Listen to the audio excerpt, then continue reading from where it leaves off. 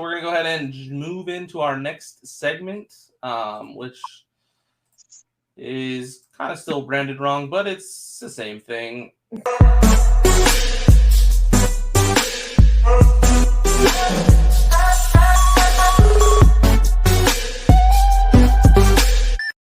I feel like it's not branded wrong either. Okay. It says who you may need to go pick up. That's what we're talking about, is who you may need to go pick up. Fair enough. This is the waiver wire segment. We're going to go ahead and give you our waiver wire pickups for the this week, what we think who you should look at and watch out for. Who's the number 1 rated tight end in the next draft? The kid from Notre Dame. The one from Iowa. Nope, that's not correct. This is how Sean wins his fantasy leagues. He pays attention to this segment right here. And we're going to go ahead and let David start with the quarterbacks. You can go there. You got any quarterbacks that you would like to take a look at this week? As we already covered, my number 1 has to be Daniel Jones after what he did last week, and he's going to Seattle this week. I think that matchup is perfect for him. And I mean, as much as Ash and I don't want to admit it, apparently he's okay at football. I don't know. I just can't. I can't see it. I can't fathom the idea of Daniel Jones being good at NFL football. You still don't think Jalen Hurts is good, so. I think that listen. This is what this is your fault. We're going to go off base here. The Eagles did a really good job, and I hate it. Did a really good job of putting talent around Jalen Hurts and building a good defense that makes Jalen Hurts. I think Jalen Hurts has improved since last season. Yes. I do not think he is some spectacular, amazing quarterback in the NFL. He got surrounded by players that really help him to look good. Because the Eagles were smart and said, oh, we need to help our quarterback. And then they went and helped their quarterback, unlike what the Packers do, unlike what Dallas does. And Dallas just thinks, oh, we have a good quarterback. We're just going to give him absolute garbage and then blame him when everything falls apart. I hate it here. Anyway. I do think Daniel Jones is the smart play this week. He is not the quarterback I am most excited about, but Sid gets to go next. So, unless you want to talk about Danny Dimes and celebrate him being your waiver pick last week. Yeah, it was pretty awesome. Put him on the 7-0 squad while Josh Allen was on a bye, and nice little fill in there. So that's such a joke. Played that like Josh Allen is out, and then you get that performance. It's like, geez, you can't even have one bad week. Skills that kill, girl. Skills that kill. You would have definitely beat the median if there was one. Kyle agrees with me because me and Kyle are intellectual individuals that have big brains. Wow. What? Anyway, I think Daniel Jones is fantasy relevant absolutely because of his legs. Just like Jalen Hurts, Lamar Jackson, Kyler Murray, the legs on them put their fantasy relevance so much higher than just their arm talent than a normal pocket passing quarterback. So yeah, Danny Dimes, I definitely agree. If you need a quarterback, he is very solid as a pickup. It's hard this week. It's hard for quarterbacks. I was going to throw out to pick up Sam Ehlinger. I have no idea if he's going to be good or if you should ride with him, but I don't think it's a bad idea to stash him this week and see how he does. He does have a lot of talent around him, and if he can get the ball out to his talented receivers, who will go over a few of those, I'm sure, in the waiver wire pickup, I think he could be fantasy relevant.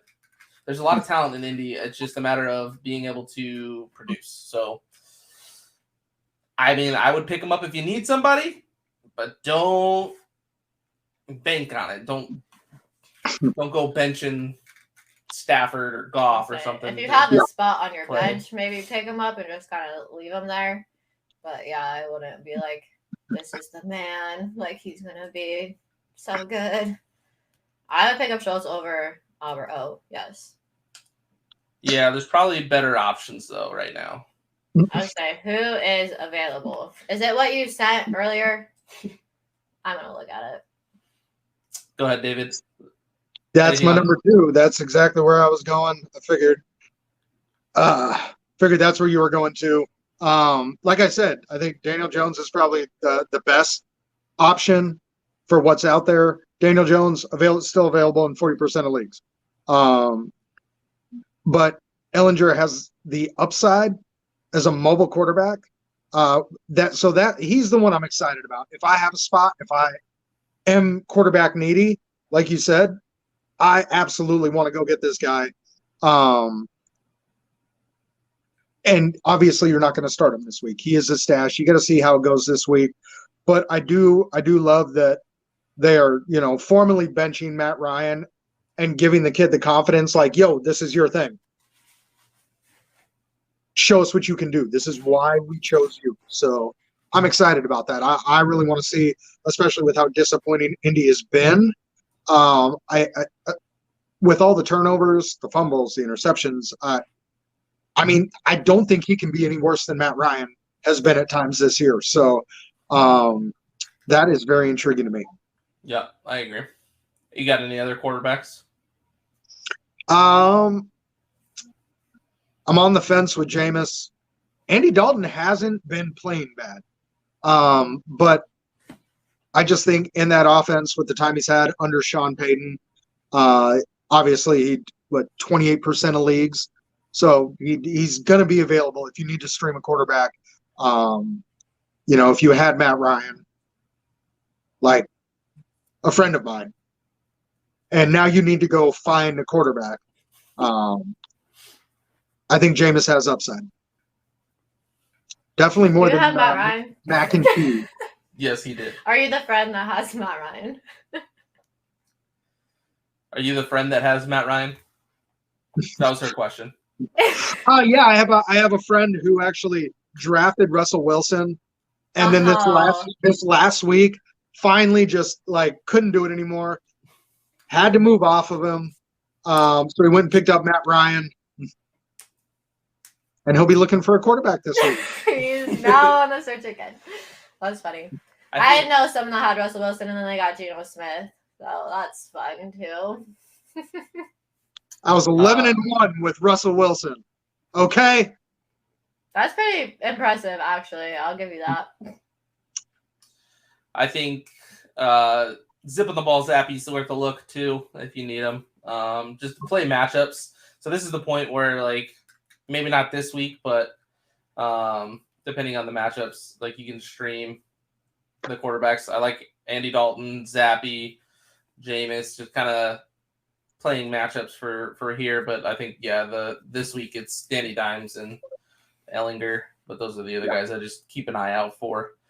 All right, let's jump into receivers. Go ahead with your first, or unless you want to do running backs. Sorry, if you got running backs first, doesn't matter. Don't matter to me. Do you feel strongly about some receivers from Indianapolis that you would like to talk about, Sydney? I can. Just everybody's brought them up. I see the floor to you, sir. I see the floor. Everybody has brought them up multiple times. I feel like we had to jump into that. Paris Campbell and Alec Pierce, I think, are very viable options. Paris Campbell had the touchdown, had 8 targets, nine targets, something like that. Alec Pierce looks really good. The reason I like both of them over Michael Pittman is because Ellinger has got more reps with those guys than he does with Pittman. Ellinger probably didn't have very many first-team reps, where that's where all of Michael Pittman's reps are. Alec Pierce, being a rookie, definitely came up the ranks, and so I'm sure Ellinger has more time with him. It's very much the Pickett to Pickens and Pickett to Freiermuth is much better connection than with Claypool and Deontay right now. It's just those are who he's had time with. So I think over at least for the next couple weeks, those 2 receivers for the Colts are going to be better viable options than Pittman. And I also like, this is a different segment or section, but Jelani Woods, since we're talking about the Colts, I think Jelani Woods is a very viable tight end to pick up going forward. He's 6'8", and he's actually athletic. He looks really good. A rookie, again, that has Sam Ellinger should have plenty of time with, that I think anytime a new quarterback comes in, we always say they are usually lean on their tight ends, look for their tight ends more often. So I think Jelani Woods is another really good pass catcher for the Colts. That isn't a bad pickup as well. There you go. 100%. There's my Colt rant. We just saw it happen with Kenny Pickett. I was intrigued by all of this. Obviously, we already went over Ellinger, and the fallout after that is who's he most comfortable with. We just saw it, with Pickett to Pickens. It's like, well, Deontay is supposed to be your number one. Is he though? I like that guy. That rapport that they have. Darnell Mooney did this last year with Justin Fields. When you have these young quarterbacks coming up, Sid is 100% right. The guys they're comfortable with, when they're getting out there in their first NFL starts and in that first season, this thing is crazy. The game is faster. This is not college. They're out of their comfort zone to a certain extent. They're going to rely on guys that they've built a rapport with. So I'm very, very intrigued to see, is Ellinger, does he like to check the ball down? Because, we might be seeing, Jonathan Taylor just absolutely explode if Ellinger likes to dump it off to the running back a lot. You already talked about the receivers and the tight end. The whole situation is very intriguing. I'm excited to watch it. For sure. I'm riding the Wan'Dale train one more week because I want to see if he can step up. We've talked about this numerous times. If everybody knows what you're going to do and you can still do it, that separates you from the rest of the pack. And if Danny Dimes and Wan'Dale can keep hooking up despite the loss of Bellinger, because when players get hurt, people always just assume, oh, well, he's getting 8 targets a week. That has to go to somebody. It doesn't necessarily mean that, because if you cut down weapons enough that there's only one left, that makes it so much easier for a defense to remove that one weapon. Saquon, nobody's stopping Saquon. But I am interested to see if Wan'Dale can step up, really own this number one role, or if he is actually going to struggle now, because Bellinger was getting a lot of snaps. He was getting a lot of targets. Even before you were seeing the production, he was out there on the field running routes a lot all year. So we'll see how that shakes out. But you got to ride the hot hand in Danny Dimes and his up and coming receiver. I agree a lot. I don't know what his injury is or what that looks like, but I like him a lot. I agree. I forgot one other quarterback to look at if you're needing a quarterback, at least this week too. You can probably plug and play. PJ Walker for the Panthers looked really good. I don't hate it. He's got a really good matchup. Like I was saying earlier, the Falcons give up a lot of points to opposing quarterbacks. So PJ Walker might be a start this week. I forgot to mention him earlier. And so back to receivers. I think my number one pickup is Campbell. I don't have another one, but I do have one to avoid. A lot of people's lists have Marquise Goodwin on there for the Seahawks. Don't do it. After his big blow-up game. I think that was just a anomaly game. I don't trust him going forward. He's a very speedster guy. Unless DK's out significantly, maybe they're saying he's not. Yeah, they're saying he's not. Yeah. So So Pete said he's not going to rule him out for this week. That's probably a little Pete being optimistic. But if DK's only out for 1, maybe 2 weeks, I 100% agree with you. Do not chase that production. Yeah, and that's all. I didn't have somebody to pick up. I almost had somebody to avoid, and that would be Marquise Goodwin. I like it. Let's see. They're on a bye this week. It's hard too moving forward. I think they have a hard schedule, so I wouldn't want to pick up any of those guys anyway. Say that again. I think the Seahawks schedule is getting harder as the season goes on, and then Walker is blowing out, so I think they're just going to use him more. probably be a little more run heavy than passing, but they're on a bye week this week, but Van Jefferson is slated to return after, and with Allen Robinson being the bust that he is, I'm curious to see if they try and push Van into that number 2 role. It's something to keep an eye on. What do you make of the Elijah Moore situation now? We kind of touched on that last week. Something people can dive into these stats, but these are all human beings, and the human element is, in my opinion, the biggest driving force in most of this. How motivated are guys? We talked about Lamar Jackson last week. We had that conversation at the beginning of the year. What do you make of Elijah Moore? Do you think that that's a situation that can be reconciled?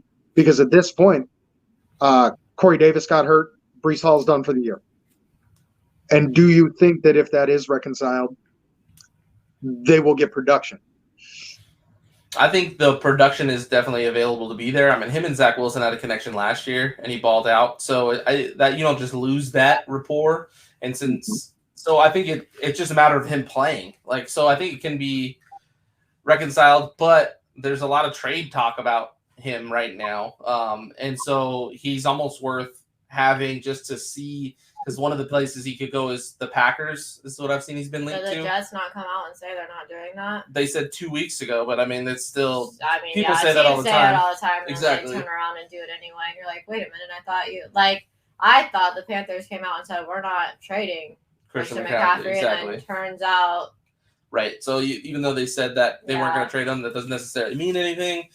Teams are still going to try and trade for him, it seems like. So I think. Cool too. Yeah, the Steelers came out and said that they're not doing anything. anything. Doesn't mean anything. Shut it down. But yeah, I think I wouldn't start him if he stays on the Jets just yet until he starts to see the production. But if he goes to the Packers or even the Giants. Oh my gosh, I would love for him to go to the Packers. Oh, I would love for him to go to the Giants the way Darren Dodgers playing. Those are the two teams that I saw that would be. I mean, that would be a huge boost for him, I think. Which would make him very. I think this is one of those moments that separates the maturity of different players. If I'm Elijah Moore right now, I'm back in the building, let's fix this, because I am now getting this shot with all these vacated targets. Like we were just saying, not all the targets go somewhere. If you lose a lot of weapons, it doesn't always help everybody. But they did bring in James Robinson. And I think it's a huge opportunity for Moore to get back to where he was last year and what people were expecting from him. So, to be honest, I hope he pulls his head out of his ass. Mm-hmm. We'll see. I don't know. Is it really him, though, or is it the team not playing him and utilizing him? Or is it him? Or is it like a Melvin Gordon situation where they're just not using him? It doesn't really have anything. He wants to be out. He sounded like when he got interviewed after that one game, he's like, I would love to be in there and making plays, but if you're not going to utilize me, there's nothing really I can do about it. I don't know. Facts. I'd be just good to have him in a league, so I'd love for him to get back to where he was at.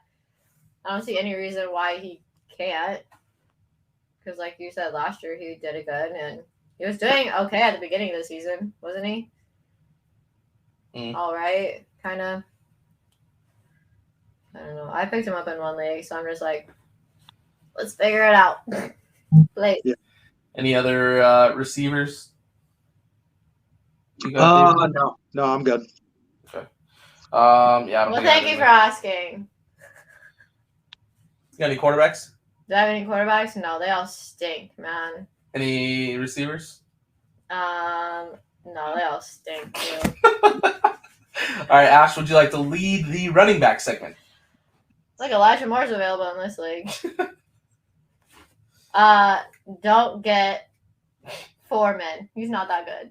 Deontay Foreman? Yes. Why is he not that good? Because he got that one really long play. That's where he got all his points from. He's not actually that good.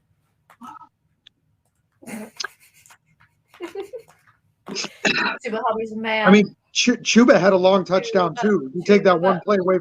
You take that one play away from Chuba, and Chuba's sitting at like 6 points maybe. You take that one long play away from Foreman, he's got like 0. What was his long? Because he had 15 carries for 118 yards. No, he stinks. He stinks. You shouldn't grab him in any league. He's a bomb.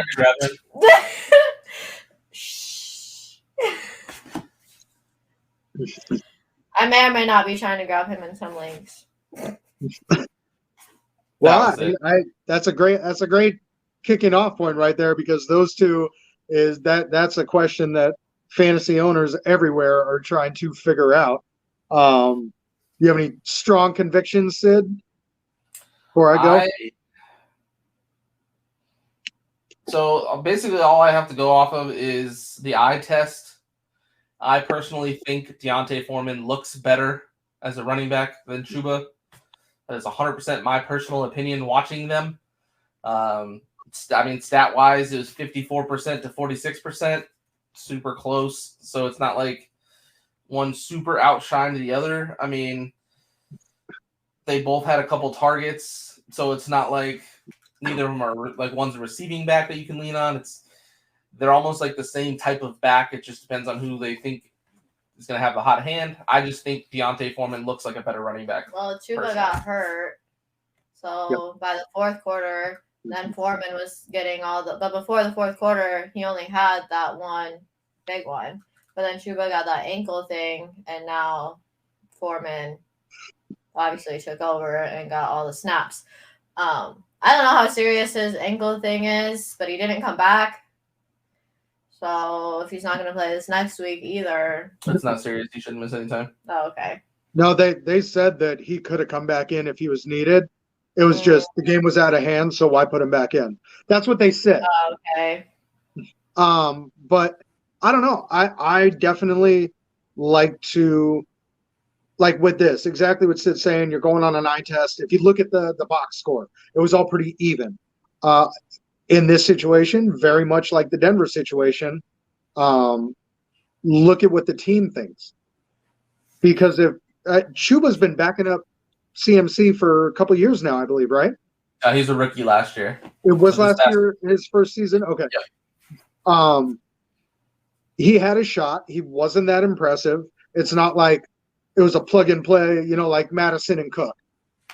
Where when Cook misses games like he always does, Madison skyrockets to the top of the board because he can step into the system and be productive. Chuba Hubbard was not that behind CMC. The team went out and got Deontay Foreman. Why would they do that?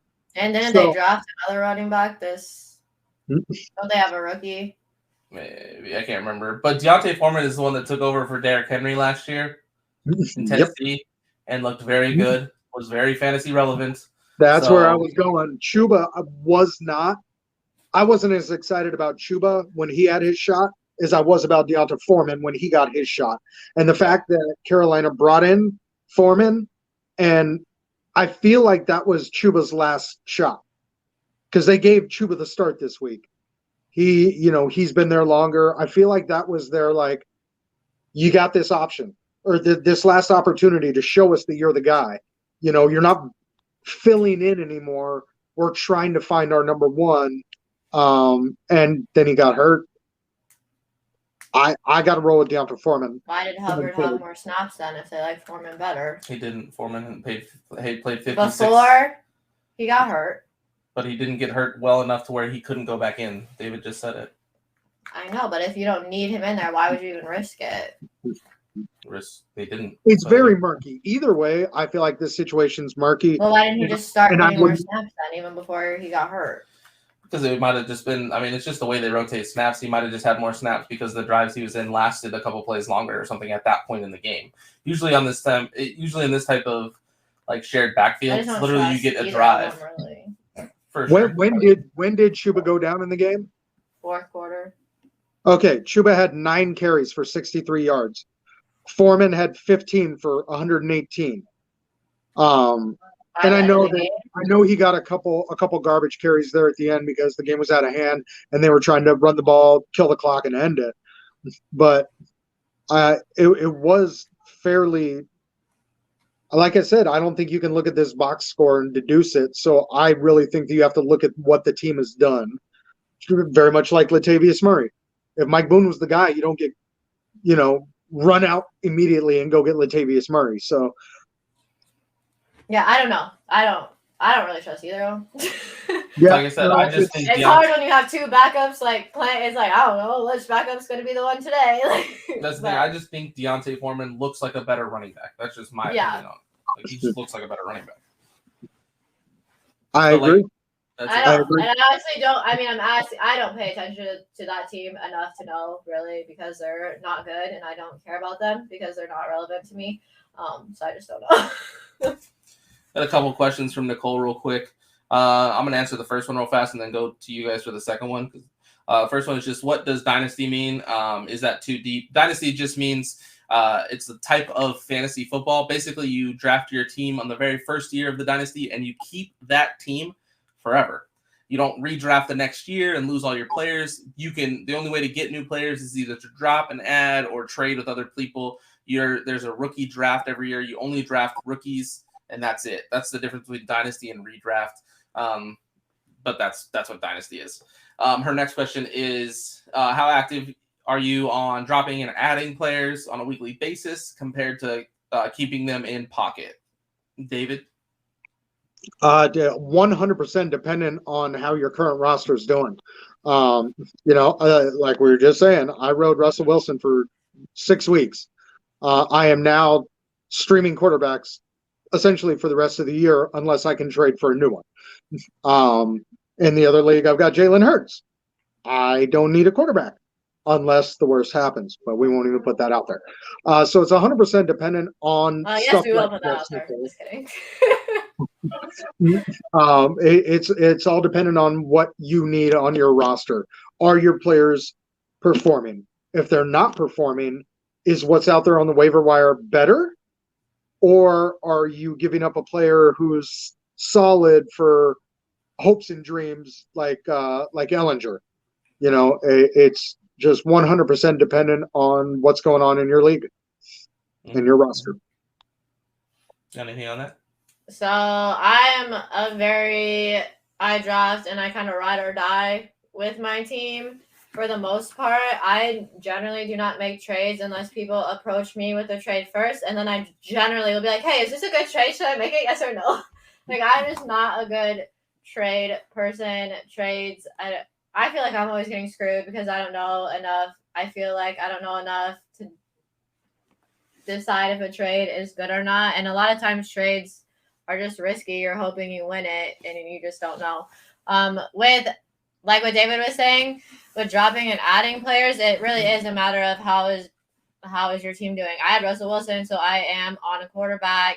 I have Geno Smith right now, but in that league, I'm always looking at what quarterbacks are available and who's dropping who and picking up anybody that I think will be a viable quarterback for that week. Defenses are another thing that I rotate every week in a lot of leagues. I have the Cowboys defense in a few leagues, and I will not falter from that just because they're a good defense. Where like other defenses, I just look up matchup. Like this week, I had the Raiders in one, Miami in one, but I probably won't use them again. I'll probably drop them and pick somebody else up. Waiver.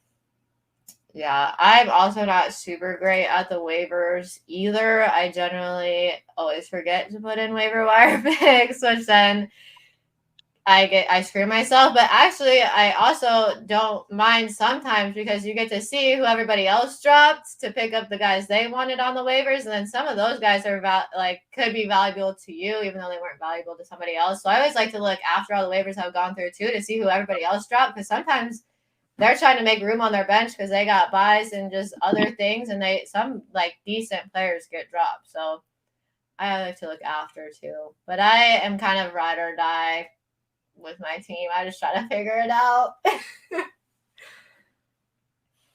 So yeah, pretty much agree with David way more than Ash. The whole ride or die thing.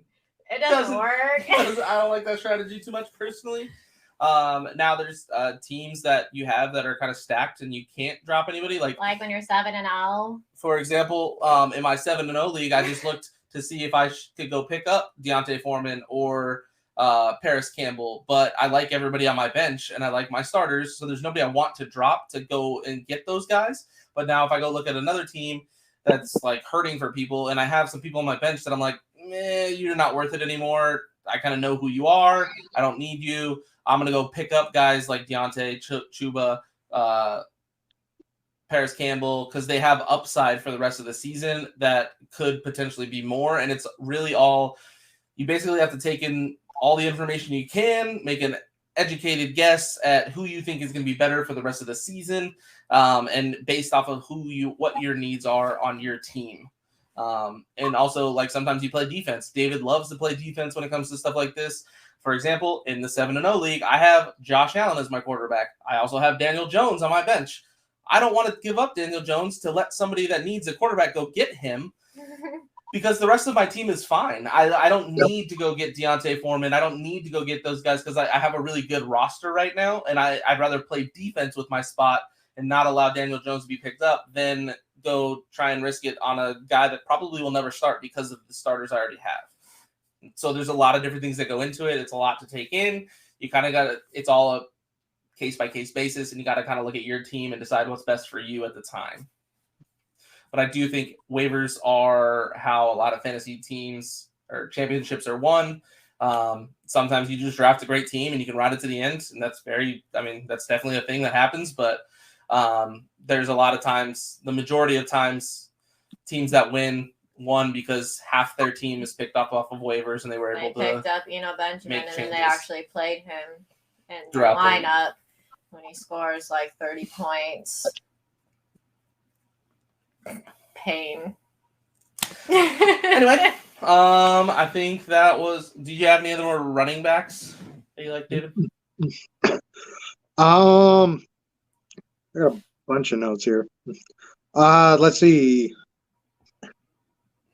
As far as we've got all these really murky running back rooms. We just covered Carolina. We talked about Baltimore. We've talked about Atlanta and Denver. To throw a little more questions over into the Atlanta situation, Damian Williams is coming back. Coming into the year, he was the number 2 back behind Cordell Patterson. So, I do think that they want Algier to be the future, but Damian Williams is a solid running back. So I'm actually interested to see if they go to a committee with Damian Williams and Tyler Algier and just kind of put Caleb Hunt back on the shelf. And was it Avery Williams, who likes to just come in and take touchdowns from the other two? Yep. But coming into the year, Damian Williams was the number 2. So that depending on how the coaching staff feels about him, they may want to just put him right back where they think he should be, which would be as the lead back. Yet to be seen. We'll see how that works out. And then lot of movement this week with CMC, James Robinson, Jermichael Hasty just became the number 2 behind ATN. He is rostered in 0% of sleeper leagues. These are all stashes and players to keep an eye on. We already talked about Pacheco when Andrew brought up Rachaad White.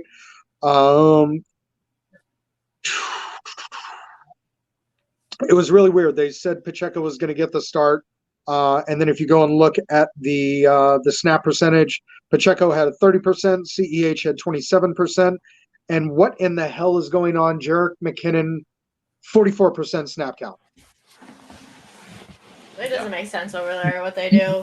Yeah, okay, whatever. But Sid and I both really like Isaiah Pacheco. I think he is the future of that team. I think they're bringing him along slowly. I do believe He put the ball on the ground a couple times, if I'm not mistaken. So I think they're being patient because they can afford to be. I think it's one of the reasons why CEH keeps getting the touchdowns, because when you're in the red zone, when you're at the goal line, they're giving CEH the ball because he's the dependable one. I don't think he holds on to that starting job for very long though. So to throw a little more question into the Denver situation, they did just go and get Marlon Mack. Mike Boone's out. What is that? 4 weeks. So Marlon Mack comes in. So now we got Marlon Mack, Latavius Murray, and do they like Melvin or do they not? But definitely somebody to keep an eye on this week. See what kind of work he gets. We'll see. Obviously, he's got to get to the. He's not Christian McCaffrey. He's not going to fly up there, suit up, and go run 10 plays the next day. But keep an eye on it.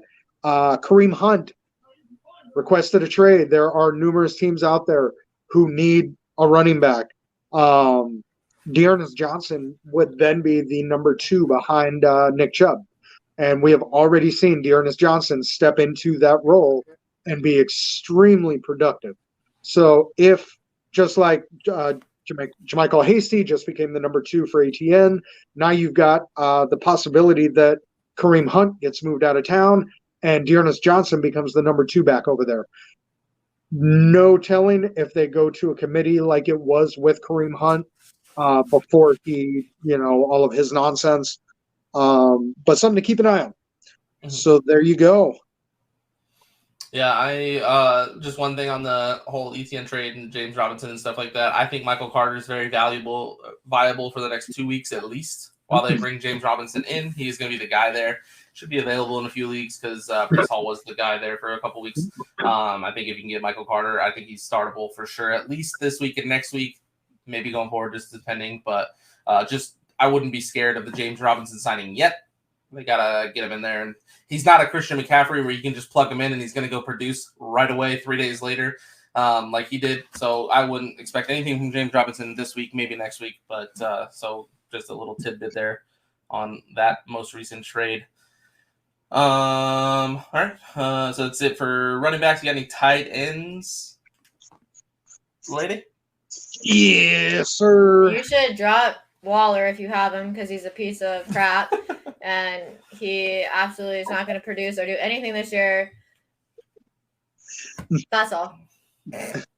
Hey, if you've never played fantasy football on Sleeper, they have this really cool feature where you can give your players nicknames. I was really bitter earlier in the year. I renamed Alvin Kamara London Fog because he's an asshole. Ash renamed Darren Waller Bum. I think I have Bum, and I think I have Bum number 2. Everybody, if you ever have sat in a room with me and watched football, every time somebody does something bad, I'm like, you effing bum. So everyone's just a bum to me if they don't do good. I have some good nicknames. Man. I'm about to go rename Tyler Boyd Tyler Lockett 2.0. Thank you for reminding me of that.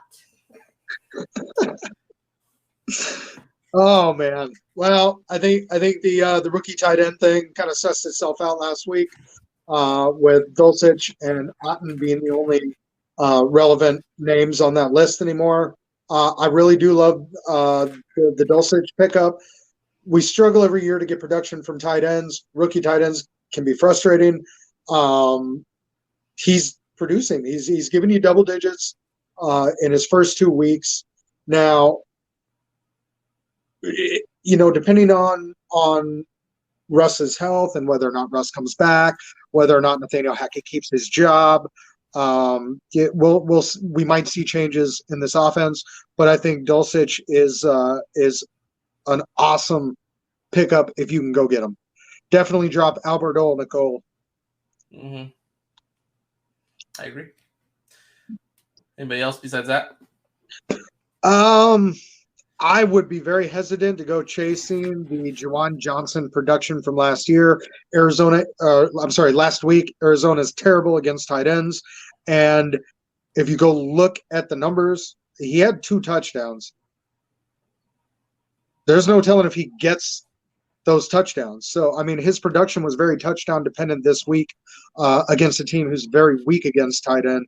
So that is something I do very much like the Marquise Goodwin situation. That's a name that's out there all over the place that I was very hesitant about, especially with a possible quarterback change coming. So we'll see. Yep. Only tight end I like is Jelani Woods with the change at quarterback. I think he gets a little bump in production, and I think he's pretty talented, very big bodied. So I like him as a pickup as well. That's it. Do you have any other players for pickups or anything like that? No, sir. No, sir. Thanks for watching. If you like that clip, be sure to check out the other great content from the Let's Talk Football community. And as always, please like, subscribe, and hit that notification bell so you'll be notified when more great content like this becomes available.